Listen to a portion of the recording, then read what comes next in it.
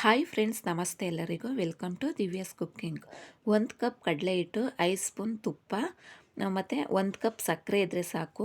ಈಸಿಯಾಗಿ ಮನೆಯಲ್ಲೇ ಸ್ವೀಟ್ನ ಮಾಡ್ಕೋಬೋದು, ಅಷ್ಟೇ ರುಚಿಯಾಗಿರುತ್ತೆ. ಹಾಗಾದರೆ ಬನ್ನಿ, ತಡ ಮಾಡ್ದೇ ಈ ಕಡಲೆ ಹಿಟ್ಟಿನ ಬರ್ಫಿ ಹೇಗೆ ಮಾಡೋದು ಅಂತ ನೋಡೋಣ ಬನ್ನಿ. ಅದಕ್ಕೂ ಮುಂಚೆ ಯಾರೆಲ್ಲ ನನ್ನ ಚಾನಲ್ ನೋಡ್ತಾ ಇದ್ದೀರಾ, ಸಬ್ಸ್ಕ್ರೈಬ್ ಮಾಡ್ಕೊಂಡು ನೋಡಿ. ಮೊದಲಿಗೆ ನಾವಿಲ್ಲಿ ಕಡಲೆ ಹಿಟ್ಟಿನ ಬರ್ಫಿ ಮಾಡೋದಕ್ಕೆ ಪಾಕ ರೆಡಿ ಮಾಡ್ಕೋಬೇಕು. 1 ಬಟ್ಲು ಸಕ್ಕರೆ ತೊಗೊಂಡಿದ್ದೀನಿ. ಅದೇ ಬಟ್ಲಲ್ಲಿ 1 ಬಟ್ಲು ನೀರು ಹಾಕ್ಕೋಬೇಕು. ಇದೊಂದು ಸ್ವಲ್ಪ ಸಕ್ಕರೆ ಕರ್ಕೋವರೆಗೂ ಈ ಥರ ಮಿಕ್ಸ್ ಮಾಡ್ಕೊಳ್ಳೋಣ. ನೋಡಿ, ಪಾಕ ಕೂಡ ಇವಾಗ ಕುದೀತೈತೆ.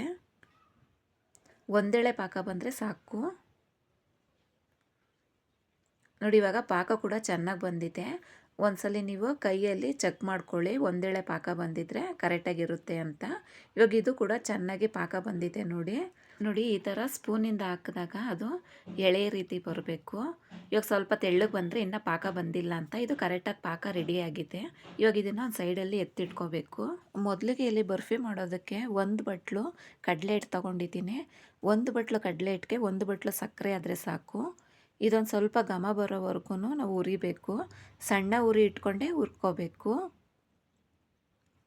ಇವಾಗ ನಾನಿಲ್ಲಿ 5 ಸ್ಪೂನಷ್ಟು ತುಪ್ಪ ತೊಗೊಂಡಿರೋದು, ಸ್ವಲ್ಪ ಹಾಕೋತಾ ಇದ್ದೀನಿ. ಆಮೇಲೆ ಬೇಕು ಅಂದರೆ ನೋಡ್ಕೊಂಡು ಹಾಕ್ಕೊಳ್ಳಿ. ನಿಮಗೆ ಬರೀ ತುಪ್ಪನೇ ಹಾಕಬೇಕು ಅಂತ ಏನಿಲ್ಲ. ಸ್ವಲ್ಪ ಅರ್ಧ ಎಣ್ಣೆ ಅರ್ಧ ತುಪ್ಪ ಕೂಡ ಹಾಕ್ಬೋದು. ನಾನು ಇಲ್ಲಿ ಬರೀ 5 ಸ್ಪೂನು ತುಪ್ಪನೇ ಹಾಕೋತಾ ಇದ್ದೀನಿ. ನೋಡಿ, ಇನ್ನೊಂದು ಸ್ವಲ್ಪ ತುಪ್ಪ ಹಾಕೋತಾ ಇದ್ದೀನಿ. ಆದಷ್ಟು ಸಣ್ಣ ಉರಿಲೇ ಇದು ಘಮ ಬರೋವರೆಗೂ ತುಪ್ಪ ಎಲ್ಲ ಬಿಡಬೇಕು. ಆ ಥರ ಕಡಲೆ ಹಿಟ್ಟನ್ನು ಹುರಿಬೇಕು. ಅದು ಕಲರ್ ಚೇಂಜ್ ಆದಾಗ ಗೊತ್ತಾಗುತ್ತೆ. ನೋಡಿ, ಇವಾಗ ತುಪ್ಪ ಎಲ್ಲ ಚೆನ್ನಾಗಿ ಬಿಟ್ಟು ಇವಾಗ ಕಡಲೆ ಹಿಟ್ಟು ಕೂಡ ಒಂದು ಹದವಾಗಿ ಹುರಿದಾಗಿದೆ. ನೋಡಿ, ಈ ಥರ ಚೆನ್ನಾಗಿ ಹುರಿಬೇಕು. ಇಲ್ಲ ಕೈ ಬಿಟ್ಟರೆ ತಳ ಹಿಡ್ಕೊಂಡಂಗೆ ಆಗೋಗುತ್ತೆ. ಇವಾಗ ತುಪ್ಪ ಎಲ್ಲ ಬಿಟ್ಟು ಚೆನ್ನಾಗಿ ಹುರಿದಾಗಿದೆಯಲ್ಲ, ಈ ಟೈಮಲ್ಲಿ ನಾವು ಸ್ಟವ್ನ ಆಫ್ ಮಾಡಿಬಿಟ್ಟು ನಾವೇನು ಸಕ್ಕರೆ ಪಾಕ ರೆಡಿ ಮಾಡ್ಕೊಂಡಿದ್ವೋ ಅದನ್ನು ಹಾಕೋಬೇಕು. ಆನಲ್ಲೇ ಇದ್ದರೆ ಏನಾಗ್ಬಿಡುತ್ತೆ, ಒಂಥರ ಗಟ್ಟಿ ಬಂದ್ಬಿಡುತ್ತೆ. ಅದಕ್ಕೆ ಸ್ಟವ್ ಆಫ್ ಮಾಡಿಬಿಟ್ಟು ನಾವು ಸಕ್ಕರೆ ಪಾಕನ ಹಾಕ್ಕೋಬೇಕು. ಹಾಕ್ಕೊಂಡು ನೀಟಾಗಿ ಮಿಕ್ಸ್ ಮಾಡ್ಕೊಳ್ಳೋಣ. ನಾವು ಆವಾಗಲಿಂದ ಏನು ಕಡಲೆ ಹಿಟ್ಟನ್ನು ಹುರಿದಿದ್ವೋ ಅದೇ ಕಾವಿಗೆ ಸ್ವೀಟು ಕೂಡ ರೆಡಿ ಆಗುತ್ತೆ. ನೋಡಿ, ಸ್ಟವ್ವು ಕೂಡ ಆಫ್ ಮಾಡಿದ್ದೀನಿ. ಇವಾಗ ನೀಟಾಗಿ ಸ್ವೀಟು ಕೂಡ ರೆಡಿ ಆಯಿತು. ನೋಡಿ, ನೀಟಾಗಿ ಈ ಥರ ಮಿಕ್ಸ್ ಮಾಡ್ಕೋಬೇಕು ಒಂದು ಸ್ವಲ್ಪ ಹೊತ್ತು. ಆವಾಗ ನಾವು ಮಿಕ್ಸ್ ಮಾಡ್ತಾ ತುಪ್ಪ ಎಲ್ಲ ಸೈಡಲ್ಲಿ ಬಿಟ್ಕೊಳ್ಳುತ್ತೆ. ಆವಾಗ ಸ್ವೀಟು ಕೂಡ ರೆಡಿಯಾಗಿದೆ. ನೋಡಿ, ಇವಾಗ ನಾವು ಒಂದು ಟ್ರೈ ಇದ್ದರೂ ಕೂಡ ಅದಕ್ಕೆ ತುಪ್ಪ ಸವರಿ ಹಾಕ್ಕೊಳ್ಳಿ. ಅಕಸ್ಮಾತ್ ಇಲ್ಲ ಅಂದರೆ ಈ ಥರ ನಾನು ತಟ್ಟೆಗೆ ಹಾಕ್ಕೊಂಡಿದ್ದೀನಿ. ಮೊದಲೇ ತುಪ್ಪ ಎಲ್ಲ ಸವರಿ ರೆಡಿ ಮಾಡಿ ಇಟ್ಟಿರಬೇಕು. ಇವಾಗ ಬಿಸಿ ಇದ್ದಂಗೆ ನಾವು ಇದನ್ನು ರೆಡಿ ಮಾಡ್ಕೋಬೇಕು. ನೋಡಿ, ಈ ಥರ ನೀಟಾಗಿ ರೆಡಿ ಮಾಡ್ಕೋಬೇಕು.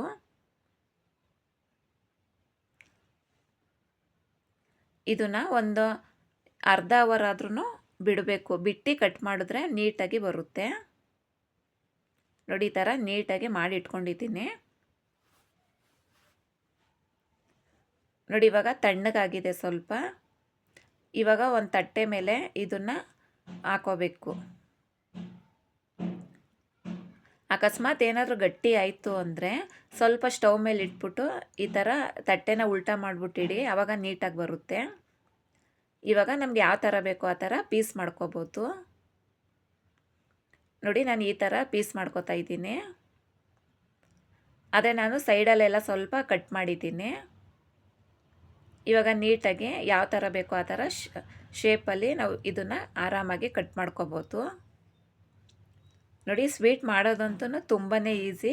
ಕೇವಲ 3 ಪದಾರ್ಥ ಇದ್ದರೆ ಆರಾಮಾಗಿ ಮನೆಯಲ್ಲೇ ಮಾಡ್ಕೋಬೋದು. ನೋಡಿ, ಈ ಥರ ನಾನು ಚಿಕ್ಕದಾಗಿ ಪೀಸ್ ಮಾಡಿಟ್ಕೊಂಡಿದ್ದೀನಿ. ಆದರೆ ಸೈಡಲ್ಲಿ ಒಂದು ಸ್ವಲ್ಪ ಪುಡಿ ಆಗೋಗಿದೆ. ನೋಡಿ, ತಿನ್ನೋಕ್ಕಂತೂ ರುಚಿಯಾಗಿ ಬಂದಿದೆ ಕಡಲೆ ಹಿಟ್ಟಿನ ಬರ್ಫಿ. ನೀವು ಒಂದ್ಸಲಿ ಟ್ರೈ ಮಾಡಿಬಿಟ್ಟು ಕಮೆಂಟಲ್ಲಿ ತಿಳಿಸಿ ಹೇಗಿತ್ತು ಅಂತ. ಹಾಗೆ ಯಾರೆಲ್ಲ ಹೊಸಬ್ರು ನನ್ನ ಚಾನಲ್ ನೋಡ್ತಾ ಇದ್ದೀರಾ, ಸಬ್ಸ್ಕ್ರೈಬ್ ಮಾಡ್ಕೊಂಡು ನೋಡಿ. ಹಾಗೆ ಪಕ್ಕದಲ್ಲಿರೋ ಬೆಲ್ ಬಟನ್ನು ಕೂಡ ಕ್ಲಿಕ್ ಮಾಡಿ. ನಾನು ಏನೇ ಹೊಸ ವಿಡಿಯೋ ಹಾಕಿದ್ರೂ ನೋಟಿಫಿಕೇಷನ್ ಬರುತ್ತೆ. ಹಾಗೆ ನೀವು ಫ್ರೆಂಡ್ಸ್ಗೂ ಕೂಡ ಶೇರ್ ಮಾಡಿ. ನೋಡಿ, ಸ್ವೀಟು ಕೂಡ ತುಂಬಾ ಚೆನ್ನಾಗಿ ಬಂದಿದೆ. ಬಾಯಿಗಿಟ್ರೆ ಕರಗೋ ಥರ ಇರುತ್ತೆ. ರುಚಿ ಮಾತ್ರ ತುಂಬ ಚೆನ್ನಾಗಿರುತ್ತೆ. ನೀವು ಒಂದ್ಸಲಿ ವಿಧಾನದಲ್ಲಿ ಟ್ರೈ ಮಾಡಿ. ಹಾಗೆ ಯಾರೆಲ್ಲ ಈ ವಿಡಿಯೋ ನೋಡ್ತಾ ಇದ್ದೀರಾ ಎಲ್ಲರಿಗೂ ಧನ್ಯವಾದಗಳು.